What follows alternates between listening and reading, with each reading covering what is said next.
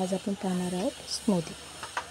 याच्यासाठी मी 2 अंजीर घेतलेले आहेत, थोडेसे बदाम घेतलेले आहेत, थोडे काळे मनुके घेतलेले आहेत,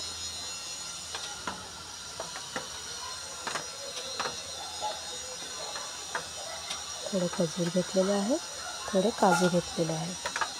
सर्वप्रथम आपण याला धुवून घेऊयात।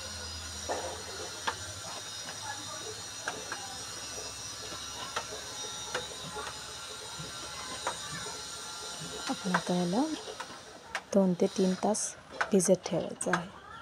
आता हे भिजलेले आहेत, छान तुम्ही बघू शकता अंजीर छान फुगलेले आहे। आता आपण ह्याचे बदामाचे आणि काजूचे सगळं स्वच्छ करून घेऊयात। आता याला आपण मिक्सरमधून वाटून घेऊयात। लागेल तसं दूध घालायचं आपल्याला।